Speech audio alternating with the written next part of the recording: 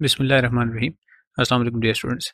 10th class chemistry की जो book है आपकी उसके एमसीक्यूज़ की ये एक वन शॉट वीडियो होगी इंशाल्लाह, जिसमें सारी चैप्टर्स के जो एक्सरसाइज के एमसीक्यूज़ हैं वो मैं सॉल्व करूँगा। इससे पहले मैं फिजिक्स की एमसीक्यूज़ की वीडियो बना चुका हूँ, तो ये आज ये केमिस्ट्री के लिए। चैप्टर नंबर 1 है केमिकल इक्विलिब्रियम, उसके एमसीक्यूज़ और आसान एमसीक्यूज़ हैं।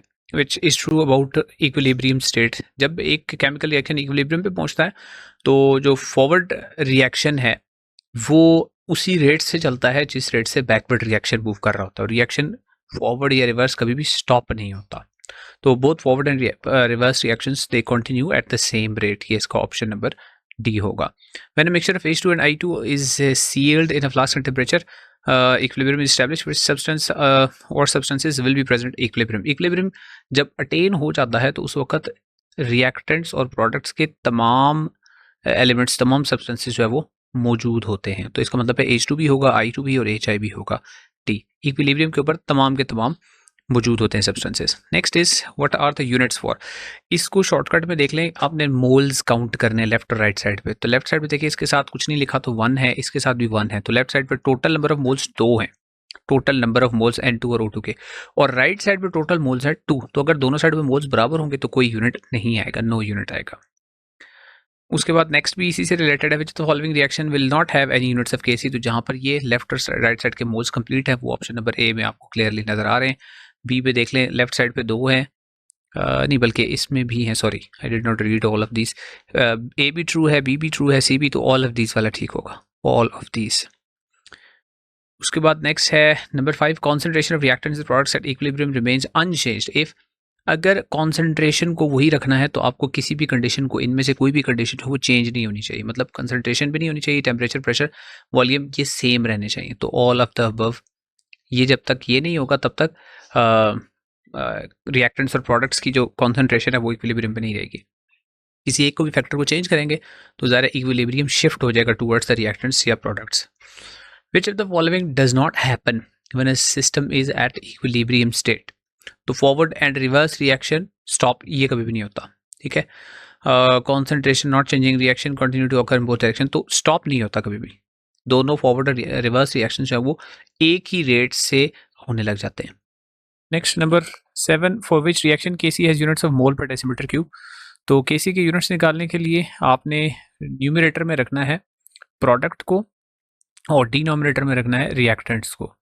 तो प्रोडक्ट में जहाँ एक यूनिट ज़्यादा होगा वहीं पे ये आंसर आएगा। तो यहाँ पे तो देखिए डी में ये 2 यूनिट्स हैं, 2 मोल्स हैं और इधर भी 2 मोल्स हैं, तो इसका तो कोई यूनिट बनेगी नहीं।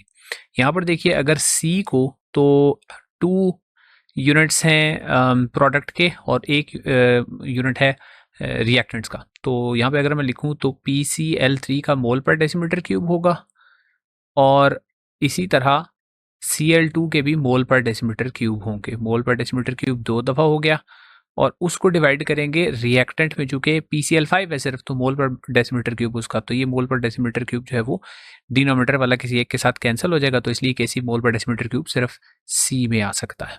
8 है, in an irreversible reaction equilibrium is establish quickly slowly never establish. तो एस्टैब्लिश नहीं होता इरिवर्सिबल रिएक्शन में,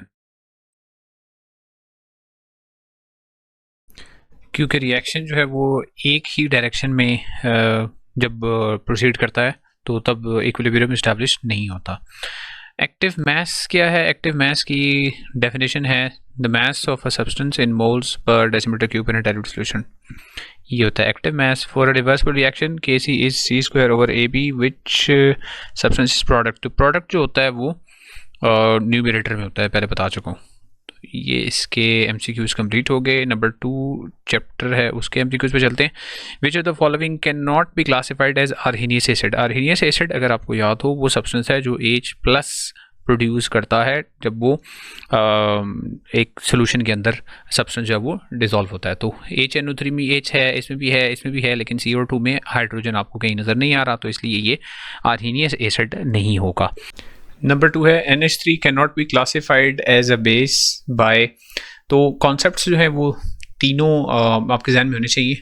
लिविस में तो इलेक्ट्रॉन्स जो है वो जो सब्सटेंस डोनेट करता है वो बेस होता है, तो NH3 इलेक्ट्रॉन डोनेट करता है इसका नाइट्रोजन। ब्रोंस्टेड लॉरी में वो सब्सटेंस जो H+ आइंस एक्सेप्ट कर सकता है वो होता है बेस, और NH3 H plus ions accept कर सकता है। आर्हेनियस थ्योरी में बेस उस सब्सटेंस को कहते हैं जो कि सोल्यूशन के अंदर OH नेगेटिव आइंस प्रोड्यूस करे। तो OH नेगेटिव आइन ये सोल्यूशन के अंदर प्रोड्यूस नहीं कर सकता, बिकॉज NH3 में OH नेगेटिव है ही नहीं, यानी O है ही नहीं ऑक्सीजन, तो OH नेगेटिव आइन प्रोड्यूस नहीं कर सकता। इसलिए आर्हेनियस थ्योरी के अकॉर्डिंग NH3 जो है उसको बेस आप कंसिडर नहीं कर सकते। Let's move to next one. Next number 3 है, which of the following is Lewis base. तो लुइस बेस वो सब्सटेंस होता है जिसके पास एबिलिटी होती है डोनेट करने की इलेक्ट्रॉन्स को। तो इलेक्ट्रॉन को डोनेट कौन कर सकता है? जिसके पास इलेक्ट्रॉन होगा। इलेक्ट्रॉन जिसके पास होगा उसका पता कैसे चलेगा? उसके ऊपर जो नेगेटिव चार्ज है वो बताएगा। तो फ्लोरीन के ऊपर देख लिया नेगेटिव चार्ज है, तो ये एबिलिटी है इसके पास इलेक्ट्रॉन को डोनेट करने की। HCl वैसे ही एसिड होता है, BF3 भी एसिड है और AlCl3 भी एसिड है। उसके बाद चूज है लुइस एसिड। अब एसिड वो सब्सटेंस होता है जिसके पास इलेक्ट्रॉन एक्सेप्ट करने की होती है, सलाहियत होती है। तो इलेक्ट्रॉन एक्सेप्ट कौन कर सकता है? जिसके ऊपर पॉजिटिव चार्ज होगा। तो H प्लस के ऊपर देख ले पॉजिटिव चार्ज है, तो इसके पास इलेक्ट्रॉन का पेयर, एक इलेक्ट्रॉन नहीं, इलेक्ट्रॉन का पेयर जो है वो एक्सेप्ट करने की कैपेबिलिटी होती है।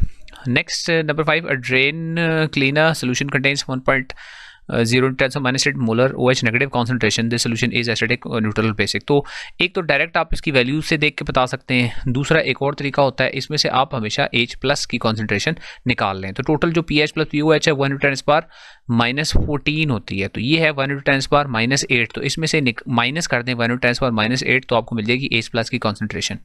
वो जो H प्लस की कॉन्सेंट्रेशन आपको मिलेगी उस कॉन्सेंट्रेशन को आप नेगेटिव लॉग ले लें, उसका negative log of the power of the hydrogen ions होती है वो आपको pH वो कहलाती है। तो आप अगर नेगेटिव लॉग ले लें H प्लस की कॉन्सेंट्रेशन का, तो वहाँ से आप बता सकते हैं अगर वो 0 से 6 के दरमियान है तो एसिडिक है, और अगर 8 से 14 तक है तो वो बेसिक है।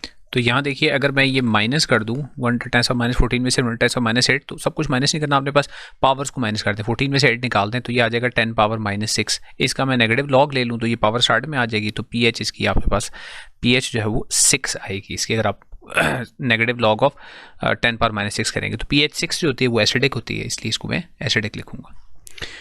Milk of magnesia contains MgOH whole twice. It is used as an antacid, neutralizes acid, which salt is formed in this reaction. तो अगर MgOH whole twice को HCl के साथ आप रिएक्ट करवाएंगे तो एसिड और बेस रिएक्शन होगा, न्यूट्रलाइजेशन रिएक्शन होगा। न्यूट्रलाइजेशन रिएक्शन में जो मेटल का Mg है वो और Cl कंबाइन होंगे तो MgCl2 आपके पास सॉल्ट बनेगा। इक्वेशन को मैं कंप्लीट कर दूं तो MgCl2 प्लस H2O बनेगा। Next is ammonia is a base. अब बेस जो है वो बेस की डेफिनेशन सारी ध्यान में रखनी है। Ionizes in water to give OH negative ions, contains OH group. Ammonia के अंदर OH तो होता नहीं है। Can accept an electron pair, acceptor जो होता है वो एसिड होता है। Can accept a proton. Ammonia जो है वो NH3 है, तो NH3 जो है वो अगर H प्लस या प्रोटॉन को एक्सेप्ट करेगा तो वो NH4 बन जाएगा। तो एक्सेप्ट अ प्रोटॉन इसका ठीक है। इसके अंदर OH है नहीं, इसलिए A और B दोनों गलत होंगे, और C जो है वो एसिड होने की वजह से गलत होगा, तो ऑप्शन डी है। Consider the following reaction, H2 plus HCl gives H3O plus Cl negative. Which species is an electron pair acceptor. Electron pair acceptor जो होता है वो एसिड होता है, तो एसिड HCl होता है। यहाँ से और कुछ भी देखने की जरूरत नहीं आपको, एसिड इसमें HCl है। लेकिन अगर आप इसको इन टर्म्स ऑफ इलेक्ट्रॉन्स ही करना चाहते हैं तो ये देख लें H2O जो है वो H3O बन गया। इसका मतलब क्या है? इसने H प्लस गेन किया है। H2O ने, ये H2O है, इसने अगर H प्लस गेन किया है तो ये बन सकता है H3O। लेकिन H प्लस गेन करने के लिए इसको इलेक्ट्रॉन लूज करना पड़ेगा, तो H2O इलेक्ट्रॉन को लूज करता है, इसलिए ये बेस है। और HCl चूंकि इलेक्ट्रॉन का पेयर जो है एक्सेप्ट करता है, इसलिए वो एसिड है। तो एसिड यहाँ पे इलेक्ट्रॉन पेयर एक्सेप्टर यानी HCl है। In the following reaction which species is donating N electron pair. तो NH3BF3 का आपकी बुक में भी है, इसको आप ऐसे जब इसका स्ट्रक्चर बना के करते हैं तो ज़्यादा आपको क्लियर होता है कि नाइट्रोजन के आउटर मोस्ट शेल में 5 इलेक्ट्रॉन्स होते हैं। 3 इलेक्ट्रॉन्स यहाँ बॉन्ड कर चुके होते हैं हाइड्रोजन के साथ, 2 इलेक्ट्रॉन्स इसके फ्री होते हैं। तो इसके पास 2 इलेक्ट्रॉन्स हैं देने को। वो 2 इलेक्ट्रॉन ये किसको डोनेट करता है? BF3 में जो बोरॉन मौजूद है ये वो 2 इलेक्ट्रॉन्स डोनेट करता है B को। तो जो इलेक्ट्रॉन डोनर होता है वो बेस होता है, जो इलेक्ट्रॉन पेयर एक्सेप्टर होता है वो एसिड होता है। तो आप यहाँ क्या बताना है? डोनेटिंग इलेक्ट्रॉन पेयर कौन डोनेट कर रहा है? NH3 डोनेट कर रहा है। NH3 में भी नाइट्रोजन जो है वो डोनेट कर रहा है, तो इसलिए इसको N लिखेंगे इसमें nitrogen. An aqueous solution of NaOH is used as a drain cleaner if the concentration of OH negative ions is 10 पर -5। अभी मैंने थोड़ी देर पहले बताया था टोटल होती है 10 पर -14, तो आपने 14 में से ये वाला नंबर माइनस कर देना, 5 वाला। 14 में से 5 को माइनस करेंगे तो 9 आ जाएगा। 9 का पी ले लें आप, 10 पावर -9 का आप नेगेटिव लॉग ले लें, तो लॉग का लॉग आपको पता होगा 9 स्टार्ट में आ जाएगा, तो पी एच इसकी आ जाएगी 9। वैसे NaOH बहुत मशहूर एक बेस है। अच्छा, इसमें क्या चीज़ निकालनी थी, the concentration of H plus ions. अच्छा, मैं उसको पीएच कैलकुलेट कर रहा था, तो concentration of H plus ions 14 में से आप माइनस कर देंगे 5 को, तो 10 पावर -9 आ जाएगा, तो 1 × 10⁻⁹ ये आंसर है इसका। तो ये कंप्लीट हो गए जी इसके भी शॉर्ट क्वेश्चन, अभी हमने नहीं करने। नेक्स्ट चैप्टर पे चलते हैं। नेक्स्ट चैप्टर है जी condensed structural formula for butane, one of my favourite chapters. तो आपने सिर्फ कार्बन के एटम्स यहाँ पे काउंट करने, कार्बन के एटम्स। तो कार्बन के एटम्स, ब्यूट जो है उसकी स्टेम होती है 4, तो 4 कहाँ पे हैं, बी में देखें 1 2 3 4 कार्बन है, इसमें 3 है, इसमें 1 2 3 4 5 हैं, उसमें 2 हैं, तो बी है क्लियरली। तो आपने स्टेम देखनी है, stem. But stands for 4, meth eth prop but pent. अच्छा जी, CH3 CH2 CH3 is the chemical formula for, again carbon के एटम्स के लिए 1 2 3, तो 3 प्रॉप होता है, प्रॉप PROP प्रॉप। स्टेम जो होती है वो 3 कार्बन एटम्स के लिए होती है, तो 3 कार्बन एटम्स जो है प्रोपेन में, और A नहीं है, ठीक है। Which compound is not a saturated hydrocarbon, जिसमें डबल बॉन्ड होगा वो सैचुरेटेड नहीं होगा, 1 सैचुरेटेड होगा, यहाँ पे अल्कीन या प्रोपीन है ये। स्टेम ब्यूट स्टैंड्स फॉर, अभी बता चुका हूँ 4, ये नंबर 1 में भी हमने देख लिया। पिच इज़ प्रोड्यूस्ड बाय, अच्छा जी, जो पिच है ये जो इसके स्टार्ट में है आपका चैप्टर, वहाँ पे लिखे हुए हैं इनके सोर्सेज भी और वहाँ यूजेस वगैरह भी, तो वहाँ पे ही एक छोटा सा ये लिखा हुआ है कि कोल तार जो है वो पिच प्रोड्यूस करती है, तो वहाँ से आया है ये, कोल तार प्रोड्यूसेस पिच। ये last time I think final paper में भी केमिस्ट्री के आया था। The functional group carbonyl is found in, carbonyl जो है वो अल्कोहल्स के अंदर होता है, कार्बोनाइल, और कार्बोनाइल के साथ खैर OH भी अटैच होता है, कार्बोनाइल नहीं, अल्कोहल्स के अंदर नहीं, सॉरी, कार्बोक्सिलिक एसिड के साथ कार्बोनाइल विद OH होता है। अच्छा, कार्बोनाइल, ओनली कार्बोनाइल, अच्छा ठीक है, ओनली कार्बोनाइल। अच्छा, इसका डिफरेंस मैं बता देता हूँ। अगर कार्बोनाइल है और उसके साथ OH लगा हुआ है तो ये होता है कार्बोक्सिलिक एसिड। अगर कार्बोनाइल है और उसके साथ ऑक्सीजन लगा हुआ है तो ये होता है एस्टर। अगर सिर्फ कार्बोनाइल है, उसके एक तरफ हाइड्रोजन या कोई ग्रुप है, तो वो या तो वो कीटोन होगा या वो एल्डिहाइड होगा, तो यहाँ पे कीटोन की ऑप्शन मौजूद है। अल्कोहल में तो सिर्फ OH ही होता है। तो आपसे सिर्फ पूछा गया ओनली कार्बोनाइल, तो ओनली कार्बोनाइल फंक्शनल ग्रुप वो कीटोन के अंदर होता है। In which of the following compounds oxygen is attach to 2 alkyl carbon atoms, तो वो ईथर के अंदर होता है। ईथर के अंदर ऑक्सीजन एक तरफ होता है, एक तरफ एक ग्रुप होता है और दूसरी तरफ दूसरा ग्रुप होता है। Which of the following is an alcohol, जिसके पास OH होगा, ये बेंजीन है। अच्छा, इसको सिर्फ OH देख के नहीं डिसाइड कर लेना, ये भी OH है लेकिन इसके साथ कार्बोनाइल लगा हुआ है, ये बता चुका हूँ। कार्बोनाइल के साथ OH होगा तो वो कार्बोक्सिलिक एसिड होगा। सिर्फ OH कहाँ पे है, वो नंबर D में, ठीक है। इनके मैं नाम फिर से देखते हैं, तो ये कार्बोक्सिलिक एसिड है, कार्बोक्सिलिक एसिड ये वाला है, ये तो है ही ईथर, अभी ऊपर में देख चुके हैं, और ये भी OH तो लगा हुआ है लेकिन ये बेंजीन रिंग के साथ OH है, तो ये फिनोल है, ये फिनोल है, ठीक है। और ये अल्कोहल है जिसका सिर्फ OH है ग्रुप CH3 CH2 के साथ। The functional group of amines, NH2 amines का फंक्शनल ग्रुप होता है। Formic acid contains the functional group carboxylic acid है, इस वजह से कार्बोक्सिलिक एसिड ऊपर बता चुका हूँ क्या है, कार्बोनाइल और OH, तो ये है कार्बोनाइल OHC के अंदर। ये हो गया जी इस चैप्टर के भी कंप्लीट। अगले चैप्टर की तरफ चलते हैं, इसको थोड़ा सा मैं साइज को बड़ा कर देता हूँ। ये है जी which molecule contains a carbon carbon double bond, तो इथीन के अंदर डबल बॉन्ड होता है। Which product is obtained when chloromethane और मिथाइल क्लोराइड इज रिड्यूस्ड, तो मिथाइल क्लोराइड होता है जी CH3Cl। जब इसको आपने रिड्यूस करना है तो इसका रिएक्शन H2 के साथ होता है, तो इसके साथ रिएक्शन होता है तो CH4 + HCl बन जाता है, तो आपका प्रोडक्ट क्या है, methane gas. Which reacts explosively with methane, तो एक्सप्लोजिव रिएक्शन वो हैलोजेंस ही करते हैं रिएक्शन, लेकिन हैलोजेंस की रिएक्टिविटी पर डिपेंड करता है। तो रिएक्टिविटी में फ्लोरीन जो है वो ज़्यादा रिएक्टिव होता है क्लोरीन के मुकाबले में, पीरियोडिक टेबल में ऊपर लाई करता है इस वजह से। तो फ्लोरीन ज़्यादा रिएक्टिव है तो उसका रिएक्शन ज़्यादा एक्सप्लोसिव होगा। हैलोजेंस की आप पीरियोडिक टेबल में पोजीशन देख के बता सकते हैं उनकी reactivity. By dehydration we mean, dehydration मतलब लॉस ऑफ वाटर होता है, रिमूवल ऑफ वाटर होता है। Next number 5, ethene and ethyne can be differentiated by. तो ये याद रखिएगा कि अगर आपके पास अल्केन हो, जैसे इथेन हो और इथीन हो, या अल्केन और अल्काइन है, उनके डिफरेंशिएशन के लिए ब्रोमीन वाटर यूज होता है। लेकिन अगर अल्कीन और अल्काइन है, उन दोनों के लिए स्ट्रॉन्ग अल्कलाइन सोल्यूशन जो है वो KMnO4 की यूज होती है, क्योंकि स्ट्रॉन्ग अल्कलाइन सोल्यूशन KMnO4 की जो होती है उसके साथ अल्कीन यानी इथीन तो रिएक्ट करेगा, इथाइन रिएक्ट नहीं करेगा। Next is which is use for dehydrohalogenation. तो डीहाइड्रोहेलोजिनेशन है अल्कोहलिक KOH यूज होता है उसमें, यानी हेलोजन भी रिमूव करते हैं और हाइड्रोजन भी रिमूव करते हैं। Which substance reacts with KMnO4 to produce oxalic acid. तो ऑक्जेलिक एसिड है इथाइन रिएक्ट करता है तो ऑक्जेलिक एसिड प्रोड्यूस होता है। The reduction of alkyl halides takes place in the presence of. अब इसमें ये कंडीशंस हैं, ये प्रिपरेशन ऑफ अल्केन्स में थी और वहाँ पे Zn और HCl दोनों होते हैं, तो तब पॉसिबल होती है अल्काइल हैलाइड्स की रिडक्शन। नंबर 9 है which process produces N alkane. तो अल्केन में हाइड्रोजन ऐड की जाती है अल्कीन या अल्काइन के साथ। तो अगर कोई अल्कीन है तो डबल बॉन्ड रिमूव होगा, हाइड्रोजन ऐड होगी और वो अल्केन में कन्वर्ट हो सकता है। इसी तरह अल्काइन जो है, हाइड्रोजन ऐड होने की सूरत में पहले अल्कीन बनता है और अल्कीन से फिर अल्केन बन जाता है। Does not react with aqueous solution of bromine. तो एक अल्केन जो है वो रिएक्ट नहीं करता। अब इनमें से अल्केन आपने चूज करना है, तो पहला ए जो है ये अल्केन है, ये इथेन है। इस चैप्टर के भी MCQs कंप्लीट हो गए। नेक्स्ट बायोकेमिस्ट्री के चैप्टर है, उसमें नंबर 1 है MCQ which compound found in every living cell serves as the information and control centre. तो ये DNA ही होता है जिसमें तमाम इंफॉर्मेशन होती है और ये कंट्रोल सेंटर भी होता है लिविंग सेल्स का।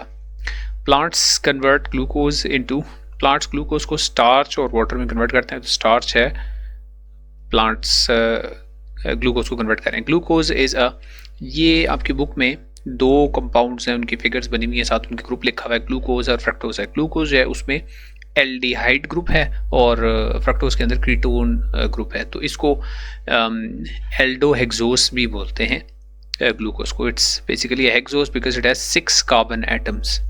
Number 4 which is not a dextrose sugar. तो डेक्सट्रोज शुगर है वो डेक्सट्रो रोटेटरी शुगर्स हैं, उनमें ये 3 लिखे हुए थे, ग्लूकोज, मैनस और गैलेक्टोज। इन तीनों का स्ट्रक्चर भी एक जैसा होता है, फ्रक्टोज इनसे डिफरेंट है। तो फ्रक्टोज जो है वो ये डेक्सट्रोज या डेक्सट्रो रोटेटरी शुगर नहीं होता।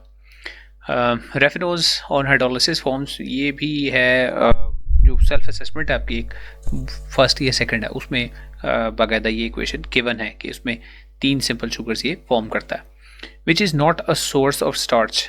तो स्टार्च, कॉटन जो है ये सोर्स नहीं होता स्टार्च का, बाकी सब में स्टार्च मौजूद होती है, व्हीट में भी, राइस में भी और पोटैटो में भी, और ये सारे एडिबल्स हैं। कॉटन जो है वो एडिबल नहीं है, खाने वाला नहीं है। विच is not a protein.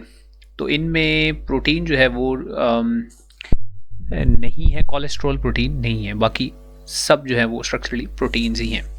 Soaps and detergents are made from fats and oils से बनते हैं ये। Which is not present in DNA। Deoxyribose sugar है और phosphate unit hydrogen based ribose sugar नहीं है, because it is a DNA, so it has deoxyribose sugar. Last one number 10 raffinose. ये number 5 में ये गुजर चुका है कि हाइड्रोलिसिस करता है तो 3 शुगर्स फॉर्म करता है। तो 2 से लेकर 9 तक, बिटवीन 2 और 9 जब शुगर्स बने तो वो ओलिगोसैचराइड्स होते हैं। तो दिस इज ए ओलिगोसैचराइड, उससे ज़्यादा हो तो फिर पॉली होगा। तो ये चैप्टर कभी कंप्लीट हो गए। नेक्स्ट चैप्टर की तरफ चलते हैं, एनवायरनमेंट वाला चैप्टर है। इसके बाद नेक्स्ट एटमॉस्फेयर के 2 हैं चैप्टर्स। पहला है एयर वाला, उसके आसान हैं MCQs बहुत, और इसमें जो है अभी पहले MCQ के बाद बाकी जो हैं वो एक ही डायग्राम है, वो चार्ट है जिसमें वो जो लेयर्स हैं एनवायरनमेंट की उसके बारे में। तो पहला तो है हाईएस्ट परसेंटेज एयर के अंदर किस गैस की होती है, तो वो नाइट्रोजन की होती है। उसके बाद जो अगले हैं 4 या 5 MCQs है, वो सिर्फ इस एक डायग्राम को ध्यान में रखने से होते हैं। तो ये आपकी बुक पे सामने लेयर्स ऑफ एटमॉस्फेयर की जो डायग्राम मैंने अटैच भी साथ कर दिया, इसमें देखें lowest temperature in the stratosphere. तो स्ट्रेटोस्फेयर में कम से कम टेम्परेचर -55 होता है, तो -55 को आप कर देंगे। उसके बाद which is are responsible for acid rain. Acid rain होती है SO2 की वजह से बनता है H2SO4 और NO2 की वजह से बनता है HNO3। तो दोनों किस्म के एसिड बन सकते हैं, तो इसका मतलब है SO2 और NO2 दोनों कॉज करते हैं acid rain. Which is reddish brown gas, ये भी जो पोल्यूटेंट्स हैं उसी में है, रेडिश ब्राउन कलर की गैस जो है, और वहाँ क्लियरली लिखा हुआ है कि NO2 जो है वो रेडिश ब्राउन कलर की गैस है, तो रेडिश ब्राउन कलर NO2 होगी। ट्रोपोस्फेयर एक्सटेंड्स अप टू, अब वो भी यहाँ से देख सकते हैं हम, ट्रोपोस्फेयर की एक्सटेंशन है 12 किलोमीटर तक इसी डायग्राम से। Stratosphere extends up to, stratosphere की एक्सटेंशन होती है 50 किलोमीटर तक, तो 50 ऑप्शन सी हो गया।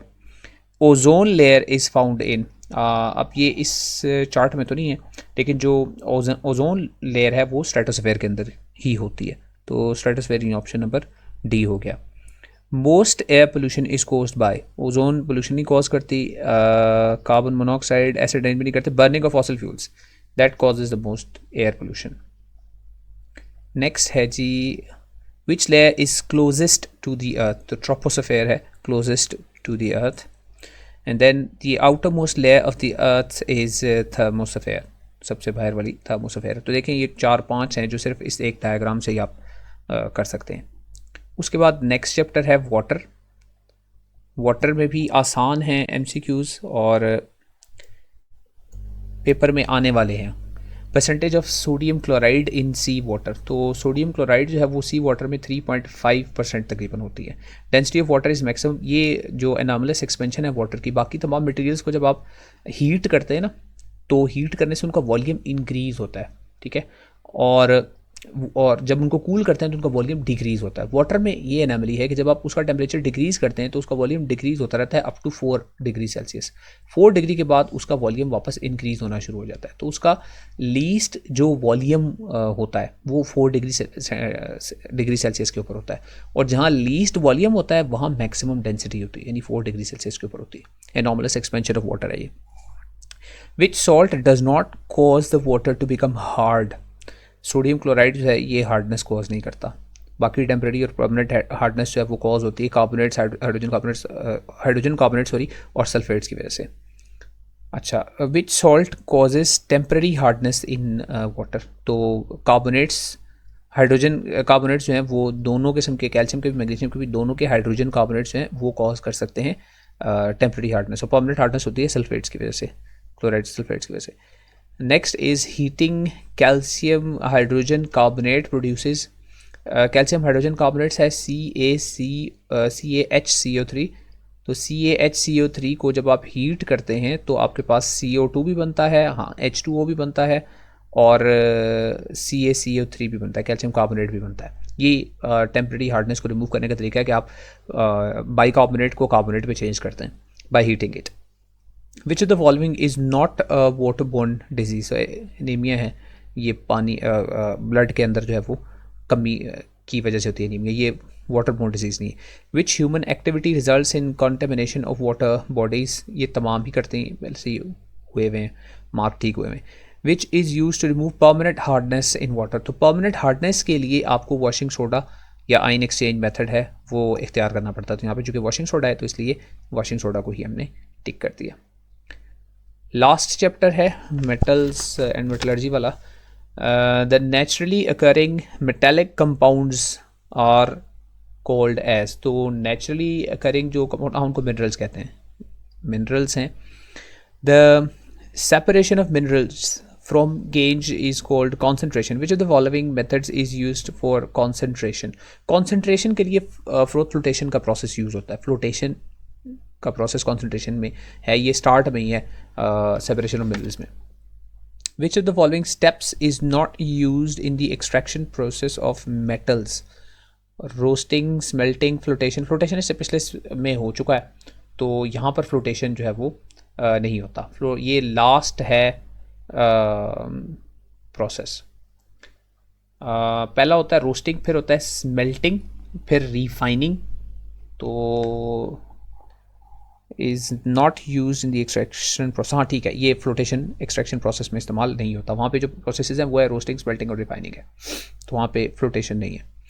इन electrolytic refining of copper which is used as anode, तो होता ही है कि आप इम्प्योर कॉपर को एज एनोड यूज़ करते हैं और कैथोड के ऊपर प्योर कॉपर डिपॉजिटिंग, यही जो है ये डिपॉजिट होता रहता है जाकर कैथोड के ऊपर। कैथोड के ऊपर आपको प्योर कॉपर मिलता है, तो यहाँ पे इम्प्योर कॉपर होता है और वहाँ जाके वो प्योर हो जाता है, जो बाकी इम्प्योरिटीज़ हैं वो नीचे सोल्यूशन के अंदर ही रह जाती हैं। तो इम्प्योर कॉपर को एज एनोड यूज़ करते हैं।